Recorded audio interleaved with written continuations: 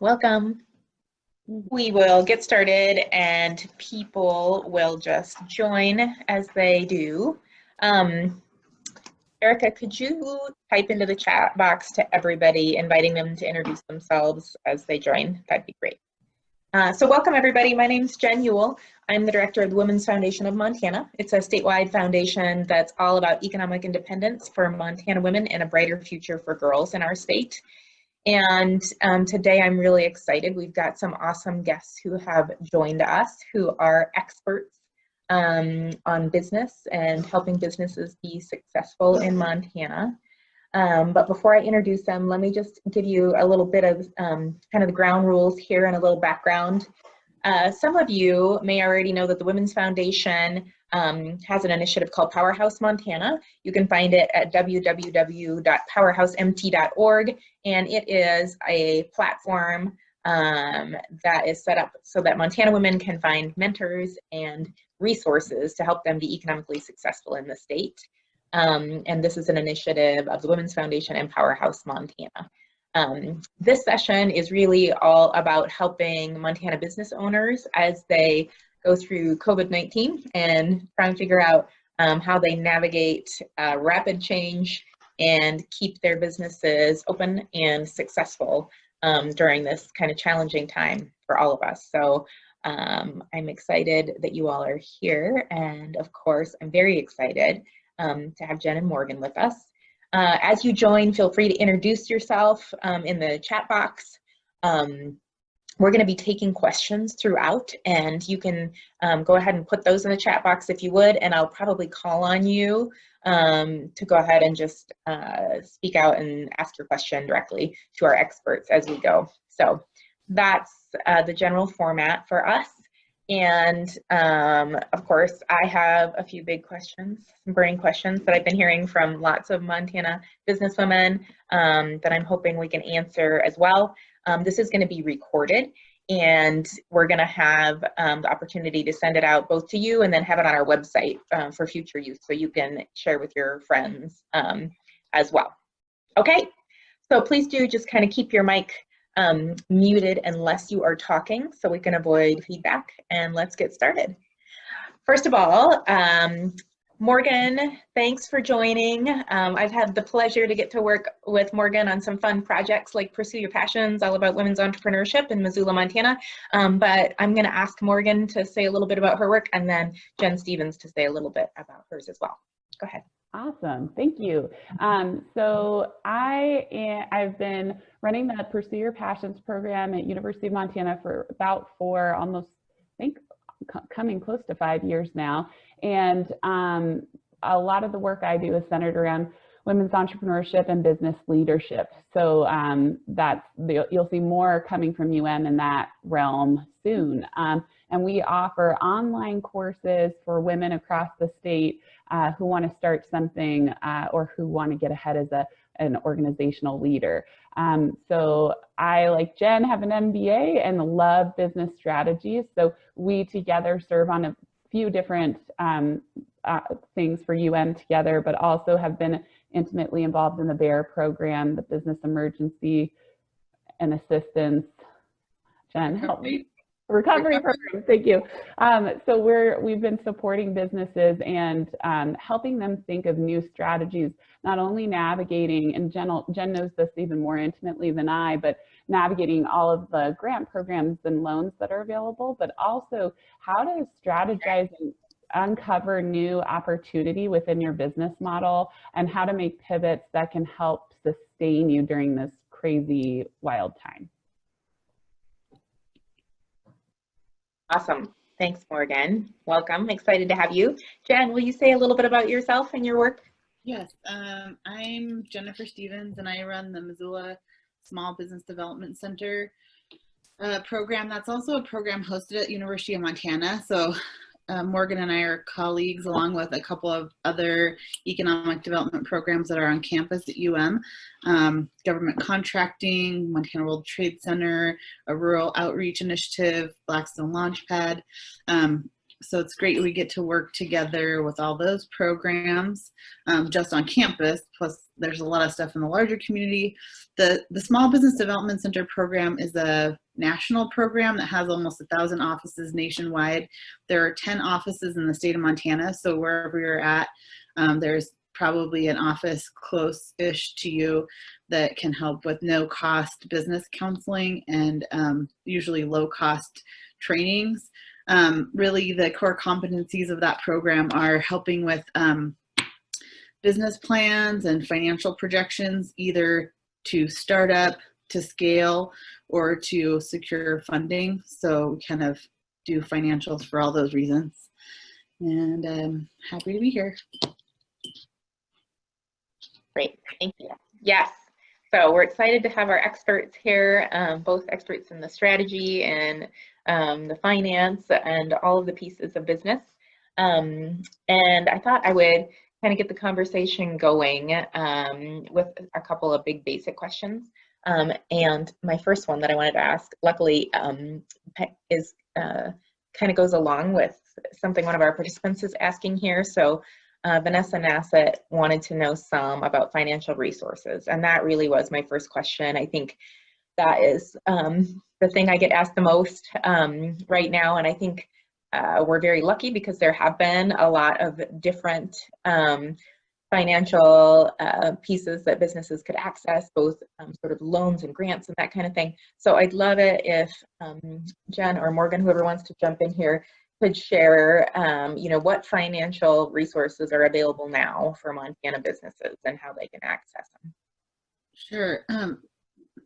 Well, there are a number of things available for COVID-19 assistance, and then some of those things, for Vanessa, for your question specifically, I'm not sure if you are looking for financial resources related to changes to the operating environment from COVID, or just like, is this a startup situation?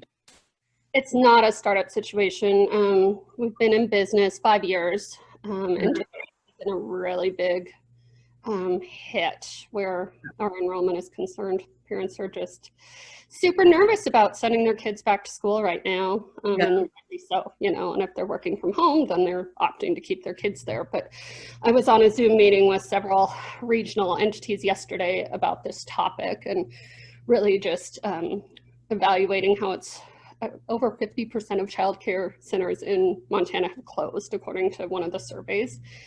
And so, that really impacts families' abilities to go back to work. It's an essential service. So figuring out, what resources might we be able to draw upon to stay afloat so that we can be here for families.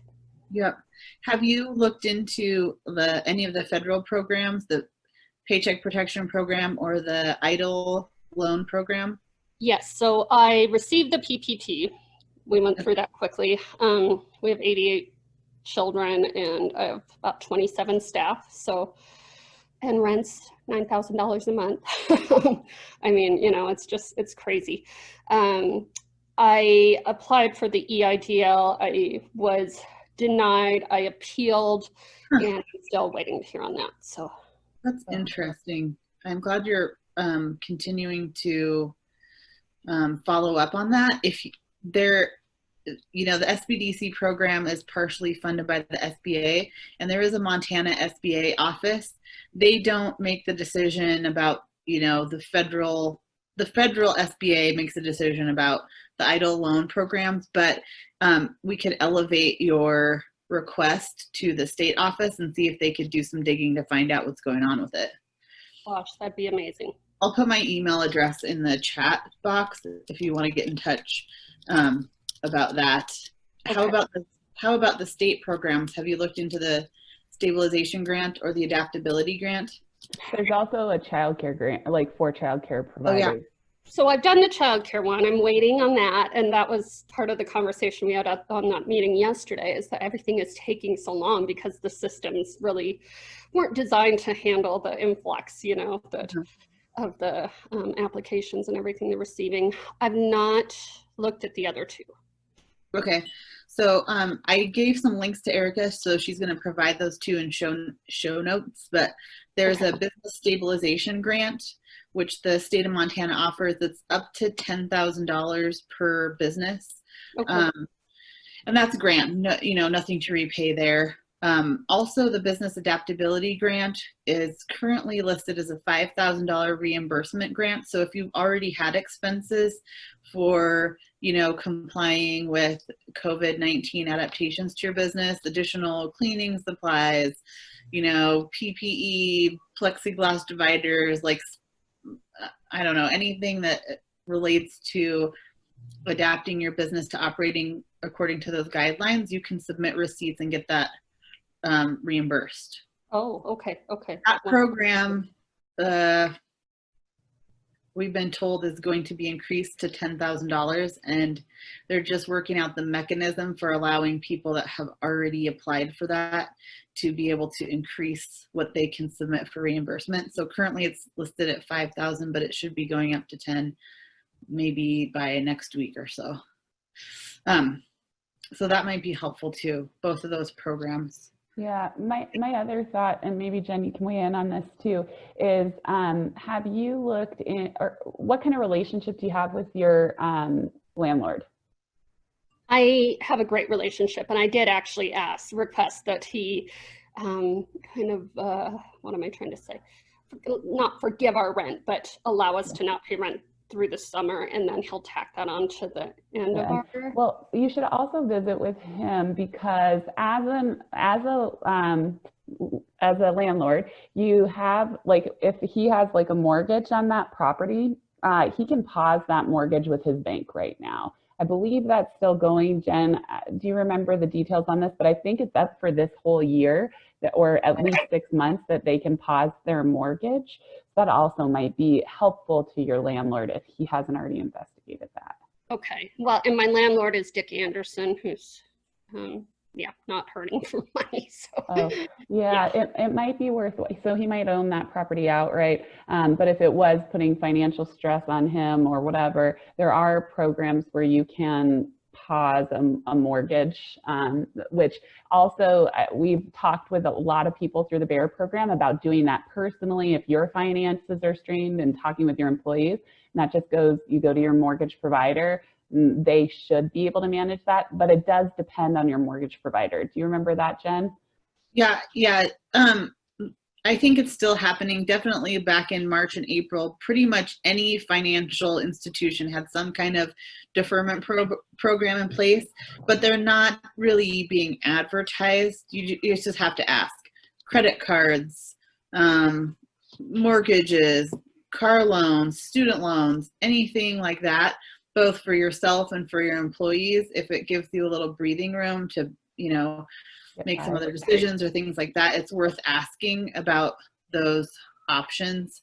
I think some student loan stuff went into effect automatically, but still good to check in, and it does vary by lender for sure. I think I've just talked to one person whose lender was not willing to make an adjustment on a mortgage, but most are. It doesn't serve them to default.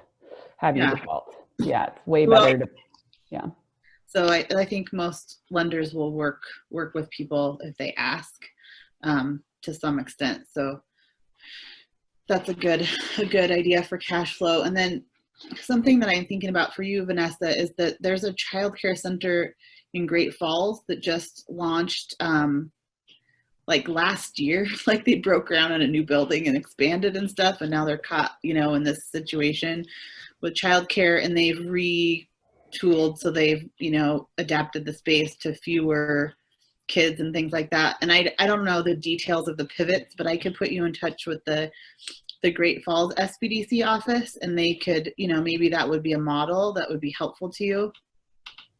Also, you mentioned that you are a tribal member. Mm-hmm. So there are some other programs available through the Indian Equity Program with the state. There are some other financial tools available to tribal members. I'm going to look up that link and I'll put it in the chat box, but some of them require you to be an enrolled member, and some of them only require the applicant to have like a family history. You don't have to be enrolled. So those might be good ones to look into also. Oh, that would be amazing. And I am enrolled, but I was born and raised in Fort Peck, but I'm actually enrolled with a tribe in North Dakota. So I don't know if that makes a difference, but I would definitely like to look into that. Thank you. Yeah, I will put the link down there. I'm not sure the timing on those, but anyway, be worth checking into.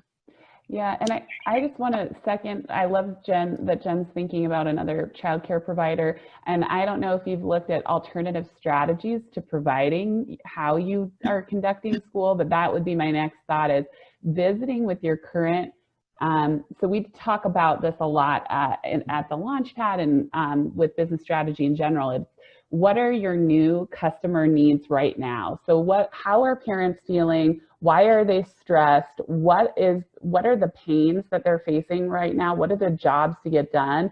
So part of that is like, they've got a job to take care of their kids, but they also need to work and they also need to be safe. But then on this other side, you know, they have the pains of safety and how hard that is to consider, like their kids getting sick or bringing that home. So you might need to reassess, like, what do they need and what are they looking for? And I know you've probably read about the pods that are happening across the country and in Missoula. I'm not sure about the other places in the state, but even, are there ways that you can shift the care you're providing to becoming more pod-like, or is that what your customers really want? Is it that they'll come to you if you are totally outdoors? And I know it's a facility in Missoula that's totally pivoting to being 90% outdoors, except for nap time and like, yeah, bathroom time or whatever. So I think that would be my other thought for you, is what are ways that you can pivot what you have been doing into this new system? And you might find there's a niche there, but you really want to visit with your customers, even conduct, and you're lucky enough that you're not a startup and you have customers to ask these questions to. Yeah, absolutely. And in fact, just this morning, I made the decision based on the conversation that I had with other entities yesterday to provide elementary care for the coming school year, because families are needing that. You know, they're nervous, they want to sure things. So, we are working on that, but great recommendations. Thank you so much. Mm-hmm. It can be a good time also to like redo your cash flow projections. If you know you haven't looked at cash flow for a while, just think about, what are your monthly expenses, how many, you know, I'm not an expert on childcare revenue, but it seems like it has, you know, people say it has slim margins or whatever. Like, how many kids do you need to have to take care of your employees and yourself and everything, and just, you know, run the numbers again so you can know, like, where's your break even, kind of what's the minimum you need to get to, so you know how many of the like brainstormed ideas like Morgan was talking about that you might need to implement. You know, there are other needs maybe with childcare at different times than you have done it in the past. With the pod idea, which I really like, there might be some skills that your employees have that you haven't been utilizing yet, like yoga, or I don't know, some educational pieces that maybe haven't been as important. Or if you have someone that's really great with technology, is there someone that could even help elementary kids access online learning options? Because working from home and being a parent of 2 elementary age kids, it is a challenge to get them to their Zoom classes between my meetings. So, and to stop moving. No, yeah, look at the computer. That's what, it's just like crazy. Anyway, I know. I think my 7-year-old can sit in front of a Zoom for about 30 minutes before he just starts like going like everywhere. So, there might be some new opportunities to help parents in the ways they really need it, that they'd be really willing to pay for, maybe even pay a premium, you know? Yeah. Maybe there's a chance to increase rates on some things. Yeah, those are all great suggestions. Thank you. Mm-hmm. So thanks for that great question, Vanessa, and for all of that wisdom from Morgan and Jenn on that. I wanted to just say we're going to As Jen mentioned, we're going to follow up with an email so we can put links in there to a lot of the resources that we are mentioning in our conversation as well. So you all on the call will get that. One of the things that we kind of started moving into that I know is a big area that people have questions about is I'd love to just hear some about your wisdom as you talk with people about the decision to reopen. So for those who actually, have a Main Street business and are making that big decision of, do we open our doors? When do we? What do we need to have in place? Do you all have any wisdom that you can share with the group on that? And if people have other questions on that, feel free to put them in the chat or even just speak up. Hard questions. And I think we've had a lot of questions through the BEAR program about this, and how do we, there are like so many different components to this, from health and safety of employees to health and safety of customers to enforcement of mask wearing, as in, thank goodness now for businesses, there's a mandate that they can use, but it's still, you have to enforce that mandate. And then all the way to just employee morale. This is a crazy time for everyone. And so how do you keep your employees feeling safe, but are they safe? And then in addition, it's just overwhelming. And we can all have that experience universally.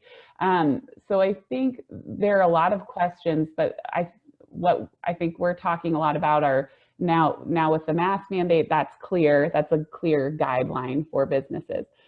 We've seen some like retail folks that are like used to selling clothes, for example, who have now started to work with restaurants because they have way higher requirements from the health department on like safety and food hygiene. And so they're starting to implement some of those safety and food hygiene practices into, well, without food, but hygiene practices into their retail establishments.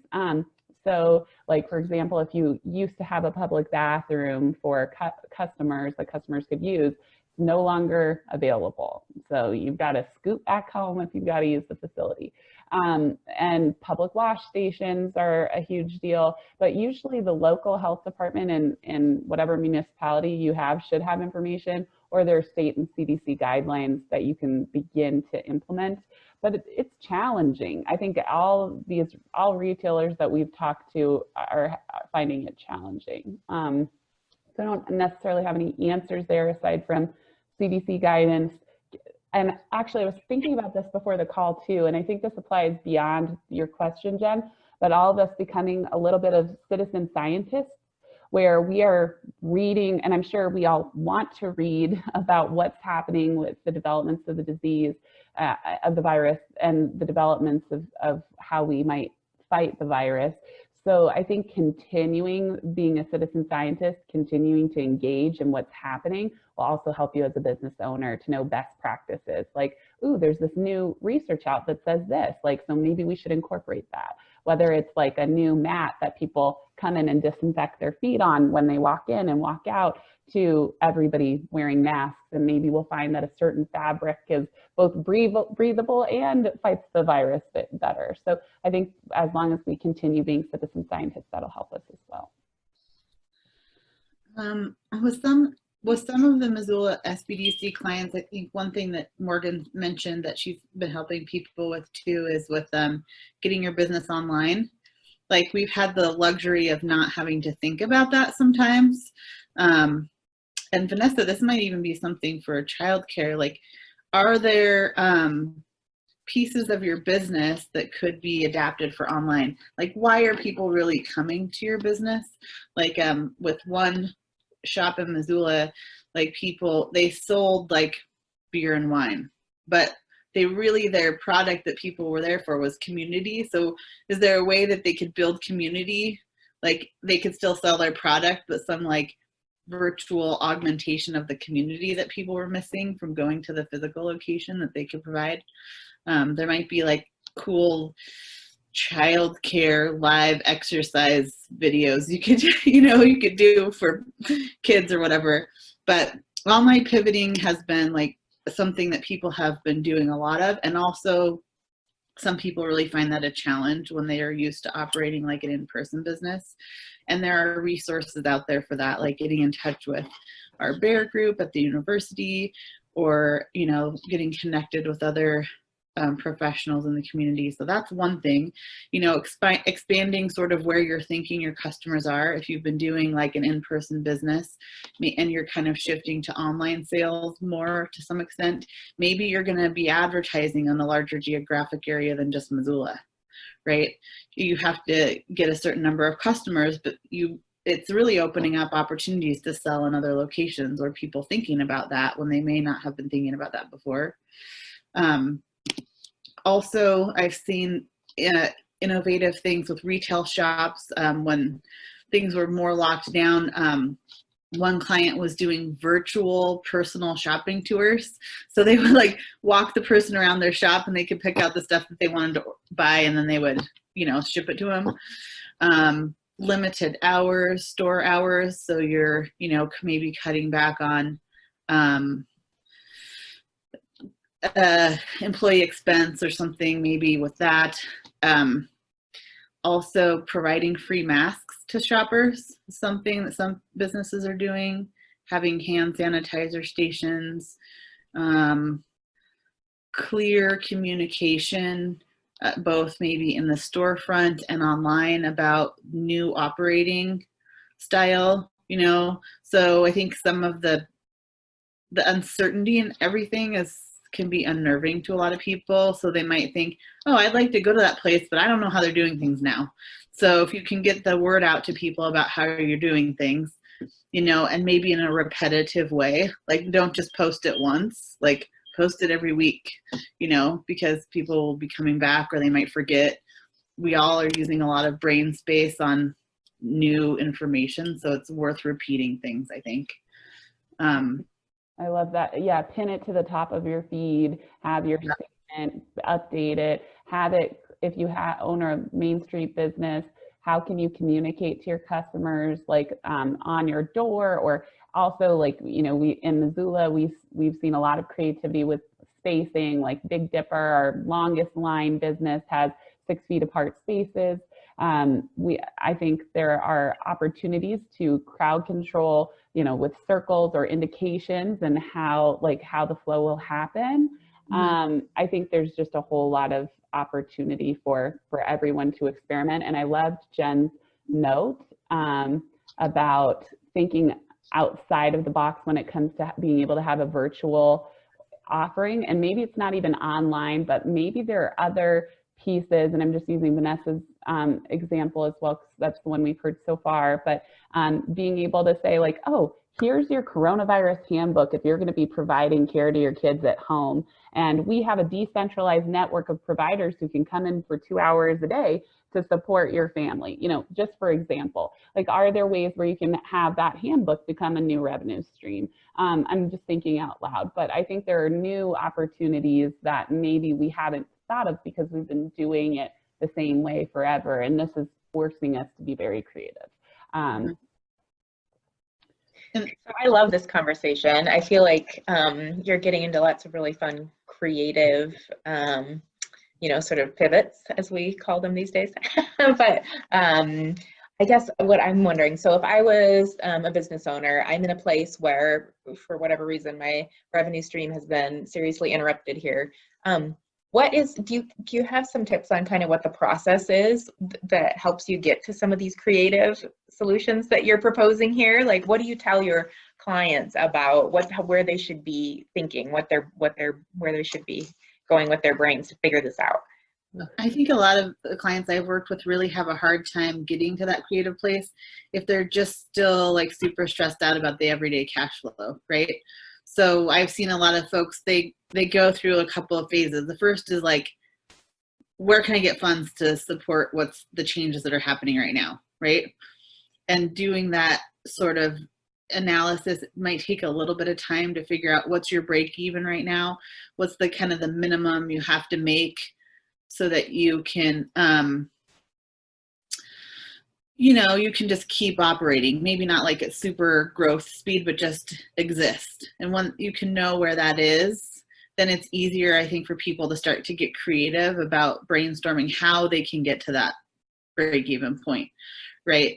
If you can stem the cash hemorrhage, it's a lot easier for people to move on to the creative side, you know, and move into thinking about what they can do. Sorry, I muted myself because I tend to go, oh yeah. I was along those lines. I'm really glad Jen brings that up because yeah, this is a critical moment for so many business owners. It's like the rug was pulled out from underneath you, and how do you bounce back from that? Or how do you take care of those immediate needs, those immediate bills, you know, all of that. So I do think like we're lucky, and especially lucky in Montana, where the funding that we got from the federal government is going to stretch pretty far for us, which I think is enthusiastic. But hopefully there will be more funding coming down the pipes in the future, depending on Congress. But I think Jen's totally right. That's a really hard place to be when you're just thinking of these immediate needs. However, there are tools. I mean, I think people are a really good tool for that. And in the classes that I teach for UM, talk a lot about IDEO, and that's out of California. It kind of emerged from Stanford, and it's all about design thinking. But there are 7 rules for brainstorming on IDEO, and you can Google them, and I can't remember, but they're big ones that are like go for quantity, like defer judgment. So you create kind of a space for yourself where you really throw wild ideas at the table. And I encourage people to bring, like you probably have them in your network, but they may be colleagues, they might not even be close friends, but people who think in a different mindset. And I love that Amy Cossio is on this call because she's somebody that I would think of who's really good at this stuff. But I think if you're able to think differently or have people challenge some of these thoughts, and if you have somebody who is a strategist or who has a mind for that, bring them in and have like a virtual brainstorming session where you can say like, this is my problem, like where do you see opportunity? How do I get out of my traditional mindset and challenge some of my preconceived notions? The other thing that we talk about all the time is talk to your customers if you have them. Talk with them and go in without any preconceived notions about what should be. Like drop that at the door and just have a phone call is preferred. You can survey people, which is a great additional tool, but actually having a phone call or a Zoom, in old days, it would have been a focus group, but having a conversation with someone and using the words, tell me more about that. Have a list of questions, use them, don't go off script, doesn't matter, but start understanding who they are right now, what are their current needs right now, and how can you use your business to solve their current problems? Because their old problems don't matter anymore. It's where they are now, and how can you really think about them and empathize with them, and then you think about the solutions to that. But you really need to understand their problems. Yeah, that's really great. Yep. Great. Awesome. I like that. It's a good starting place, I think, for thinking about how you can both first look at your finances and get that as lined out as you can, and then move on to maybe brainstorming what products you can provide and what that looks like.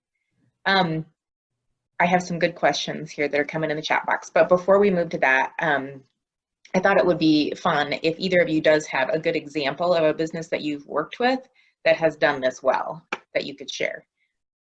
So this is kind of a very small business, but I was speaking with this woman recently. She lost her job due to COVID. Her business didn't have a spot for her anymore, and so she's planning to go back to college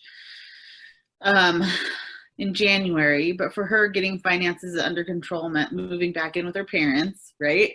Not her ideal thing, but it gives her like the space that she needs to get things going again. And she also has a skill set in doing sort of like, I don't fully understand it, like body energy work. And she would normally do that in person. But she's kind of a new practitioner, so she doesn't have a big client base to draw from. And she's been able to pivot that to an online offering. And she currently has 3 clients she's just working with, sort of in a kind of a barter exchange way, to get some social media and stuff done for her business, some web presence. So we did a calculation just to think about, you know, how many clients does she need to have in order to move out and get her own place, because she'll be going to school in Missoula in January. And she, I think her parents live in the Bitter Valley somewhere. So that's not super close to where she's going to be going to school. So we did the calculations, and it was only like 13 clients, right? She needs 13 clients. She has 3. She needs 13 paying clients. So where the in-person business, she would normally just be looking for people in the geographic area. One of her current trade clients is actually in another country. So like, great, you can find 13 people in the population of the world, you know, to, you know, you can do this. So she's getting additional education. She is ramping up her consulting practice in an online version. And now she has a specific goal number to get to so she can move on to her next phase. You know, she's doing really interesting educational work. So there's going to be more and better earnings, I think, for her down the road. But she was just really relieved to like get that sort of laid out for the next 6 months. Awesome. Great example. Yeah, It's Morgan. helpful because there's so many people who are really rising to the challenge and doing amazing work, and I love them all. So Amy McQuilkin comes to mind, and we do have some really cool, for those of you who are interested, some really cool interviews we did at the beginning of all of this with business owners on the Blackstone Launchpad at University of Montana Facebook site. So feel free, there are video interviews with several different entrepreneurs and what they were doing in the moment. And that ranged from Big Dipper to Betty's to Ula Fitness. I'm trying to think of, there were a lot of Main Street businesses we interviewed. But Amy is doing some really amazing stuff where she was very candid about the revenue loss she was facing, her employees' mental health, and just living, like getting money to them. Like how can she support them? And so she was really quick to get PPP, really quick to get EIDL, and then very quick to process, help them process unemployment wherever needed. And you can get partial unemployment too. We've learned that. So if you can partially employ an employee, they can be on partial unemployment. And then now she's boosted her online products. So they already started, they had like a subscription service for vintage clothing, but not for their traditional Betty's clothing. So now they're doing online subscriptions for Betty's clothing boxes. And then they've also got an Instagram store now, which they never had before. And they've really started to beef up what they're doing online as far as delivering more services to people. Then I think there's another example of a Main Street business owner who owns a unique bar downtown, the Create Art Bar, and this video is online as well. Paisley Taylor, she is doing some really cool, unique stuff. So the whole premise of that bar is to come in and do an art project and have a drink while you're doing it. And she obviously really struggled, and she had just opened like 6 months prior to all of this. So you can only imagine the financial investment she and her family put behind that. So then they now do delivery. They will deliver you a bottle of wine and an art project. They have been sending art projects across the country. So in some ways, we all are craving maybe a little less Zoom time and a little more mindfulness time or mindless time. So I think she's capitalized on that in a really cool, unique way where she's meeting people where they are instead of expecting them to come to her. She's going out to them. And then there's I'm teaching a class right now called Innovations for a Post-Pandemic World. And we interviewed Ben Morrison, the CEO of Coaster Cabs, but it was Pedicab? What was that? Coaster Pedicab? Well, but their name changed. Coaster Cycles, Oh, right. he calls them now. So yes. And now they've done a big pivot where they have put some of their coaster cycles on hold and are now providing PPE across the entire country. So they like use their manufacturing, their like warehouse, and his employees got them back to work quickly, is still using that manufacturing core competency, and is now getting face shields out across the country to like big places. So he's got revenue coming in. So there are really interesting pivots, and it's just really, yeah, going back to customers spotting a need that you think you can fill. Great stories. I love the stories.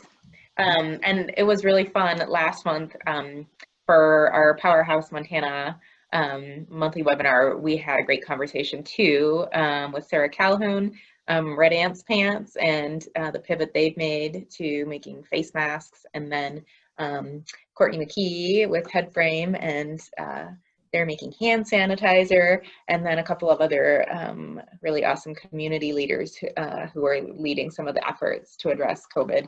And you can find those on the Powerhouse Montana website too, if anybody's interested in checking those out. Okay, we have a couple questions I want to make sure we get to here.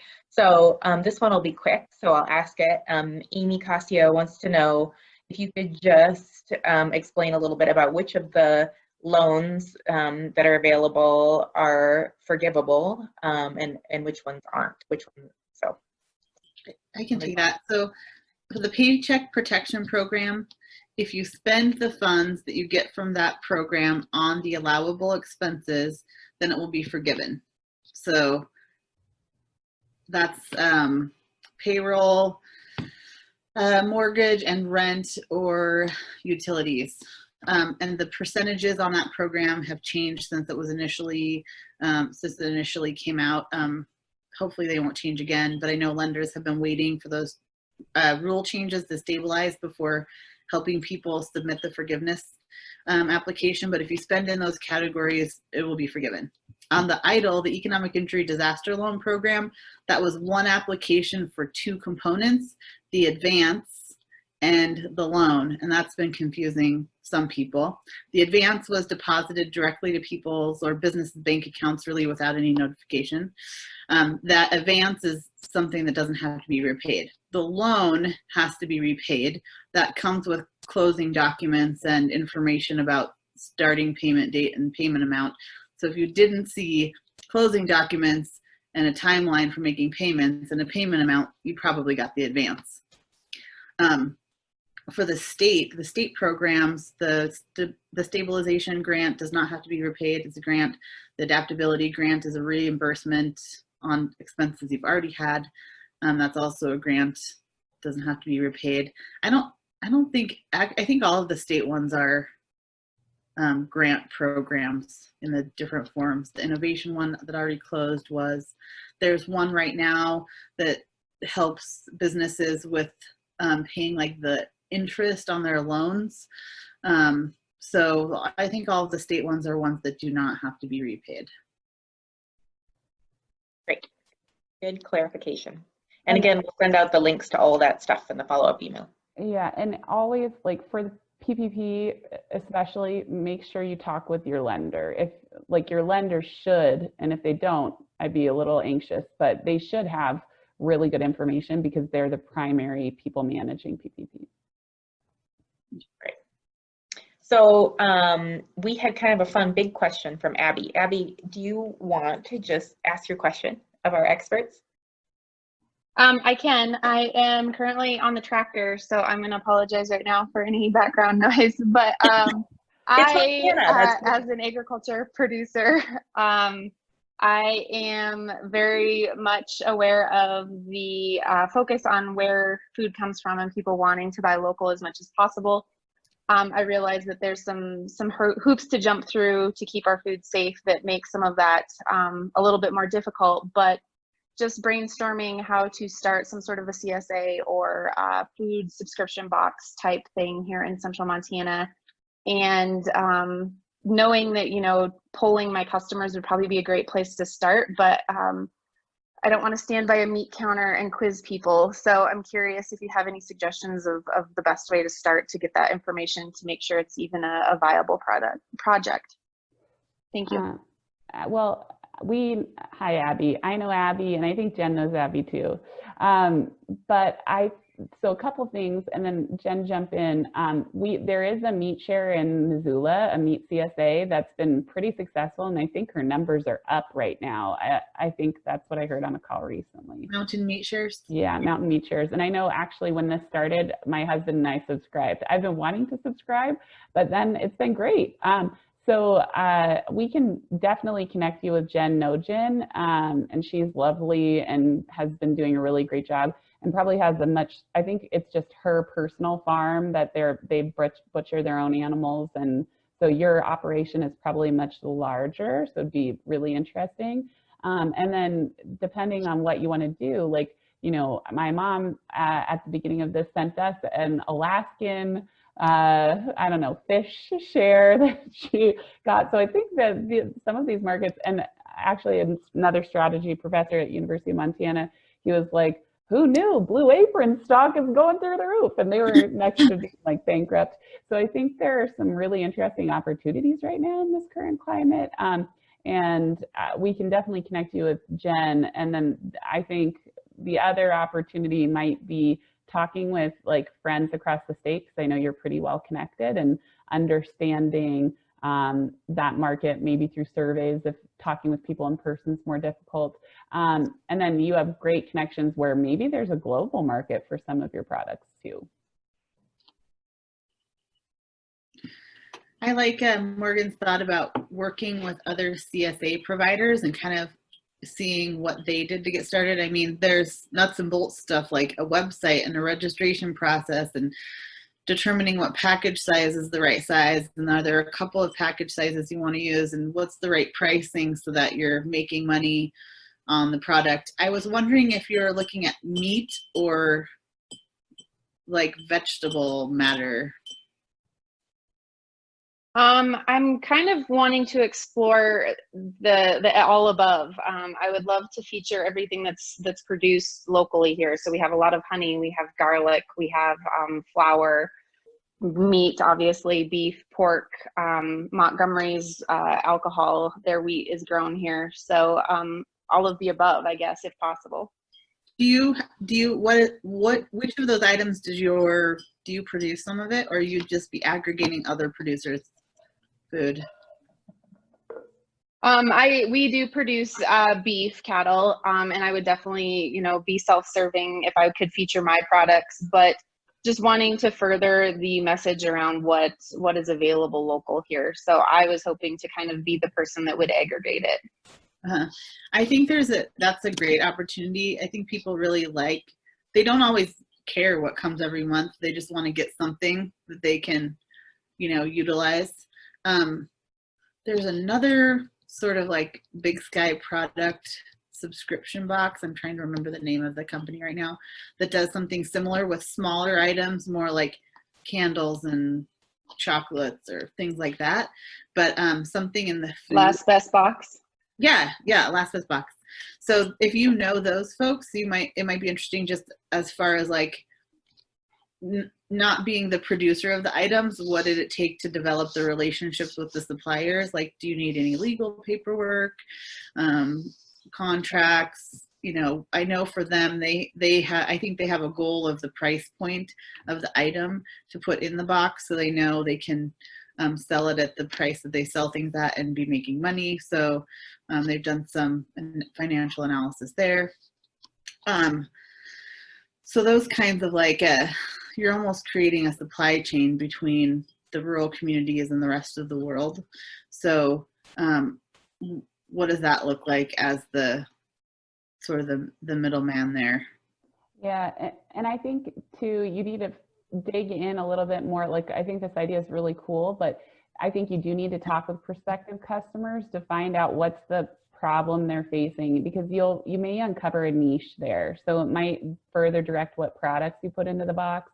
And also it may help direct you into like areas that you're like, okay, this is going to work really well in this part of the state or outside of the state, but it might not work well as far as this part of the state. So I think still making sure, like you may find in the process of talking with customers that you get some pre-orders, and that's a sure sign that you're on the right track with something. So really visiting, like saying, I just want to talk to you about food, and you can have a phone call with a couple friends from across the state or wherever. Like, where are you getting your food? How are you feeling about going to the grocery store? Do you eat or primarily organic? You know, I don't know, whatever the questions are, but you want to just know them inside and out. So you start to develop more empathy for them as the user of your product. And then you can refine that hypothesis that you have of the CSA and what to put in it and where to start. Because you might find in these conversations, people are like, yeah, sign me up. Like, do you have a PayPal account or whatever, you know, and maybe that's like a good sign that you're on the right track. Sometimes cool. Thanks so much. Can I add one thing? Oh, Okay, go ahead, Jen. Sometimes the phased approach can be helpful too. Like, what's your primary goal? Just to add another revenue stream? Is it to move more of the product that you're already producing? So prioritizing maybe like how you want to start. So I'm making an assumption here for you, assuming that what you want to do is have more outlets for the product that you produce, like that's going to be your priority box or subscription, right? Getting that off the ground maybe before adding in like all of the suppliers in the area. But so thinking about it as a phased approach can help you get to your end goal too. Yeah, like maybe you start with meat because that's yours, you know, or maybe there are other things that when you define what success is for you, that can dictate your path. I love that advice. Minimum viable product. So much wisdom. I love it. And Abby, I want you to talk to me because I want your box, please. Yeah, and include like a little thing of Montgomery Distillery, a little travel size bottle of alcohol for people to enjoy with their meat. Perfect. Alcohol delivered to your door during COVID. Love it. Right. Okay, so we are getting close to the end of our hour, people. So I just wanted us to have a chance to kind of do a little wrap here. And I don't know, Jen and Morgan, if you have, one of the big questions that we keep getting is remote teams. And I know we're going to do a webinar that's devoted just to that next month, because I think it's a huge topic. But I just wanted to offer each of you the opportunity to kind of share any last thoughts on kind of getting through COVID and words of wisdom for our business owners out there. And then we'll share some of the resources that are available too. Like, so managing a remote team, is that what you mean, Jen? Is that what you're asking? Well, if you have something you wanted to share about that, go ahead. But I also just wanted to give you a chance to do kind of last comments because we're getting close to the end. So. Well, we have a really large student team at the launch pad, and it's now transitioning to an Accelerate Montana team. But they've done our students have done a really good job of creating opportunities for people to connect virtually on their own terms. So we have a co-working hour where people can tune into a Zoom link, turn their camera off or have it on. They can sidebar and have conversations or just do work. And it's kind of a nice space where if you want to ask a question live to someone, you can, and it's appropriate. Otherwise, you can just work and it's quiet. So that's been a really cool thing that's come out of our process. And they're definitely co-working regulars that show up, and some people choose not to. And then we have a lot of virtual systems that we use as well. So I think the biggest concern for me when we're managing virtual teams, and this may be a good note to end on in general, is how is everybody's mental health, and how are they able to function, and how do I help them function to accomplish tasks? So as a manager, I always think, and a leader, I try to think of like, how are they doing and how can I help them so that they can get done what we all want to have happen? And that's just a little more complicated right now, but virtual tools and checking in, and I have more meetings than, I didn't know I could have more meetings, but I have many more just to check in and track progress and help people stay accountable. So it's definitely challenging, but I think if you get creative, use those IDEO rules for brainstorming on how you can manage your team. There are a lot of virtual tools that can help you track projects, and then a lot of creative ways that you can engage with people that don't feel like another chore. So yeah. So I used to work with a distributed team before COVID with a marketing company that was based out of Virginia, and I lived here in Montana, and they had people around the country. And one of my favorite manager there would send out a question by email to the team ahead of our like weekly meeting that wasn't related to work at all. And then we would like what's your, if you were a superhero, which one would you be? And then we would submit our answers to him, and then he would anonymize them, and then during the meeting he would say someone in our team would be Captain America for this reason or whatever, and you'd have to guess who it was.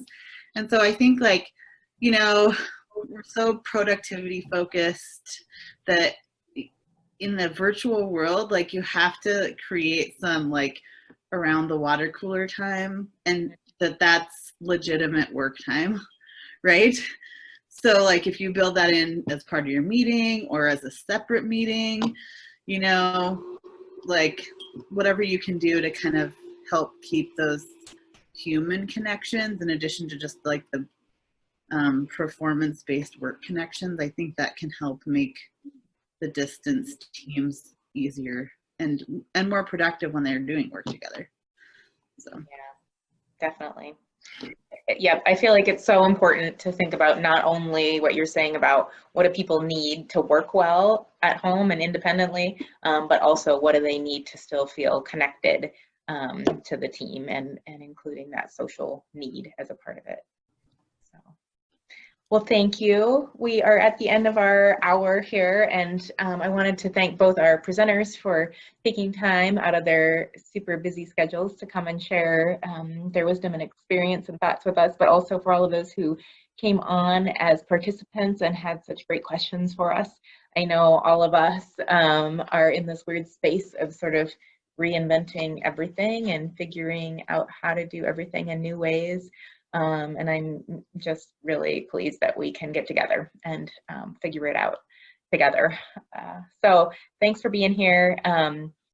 If you are interested in a conversation just more about sort of the social aspect of dealing with COVID and caring for your team and each other, we're going to have a coffee chat next Tuesday at 10 o'clock in the morning, I think, Erica, and we'll share invitation to that with all of you. And then next month, we'll be talking more about remote teams as our regular Power Hour offering in August as well. So thanks, everybody. Stay safe. Take care. Thank you. Bye-bye.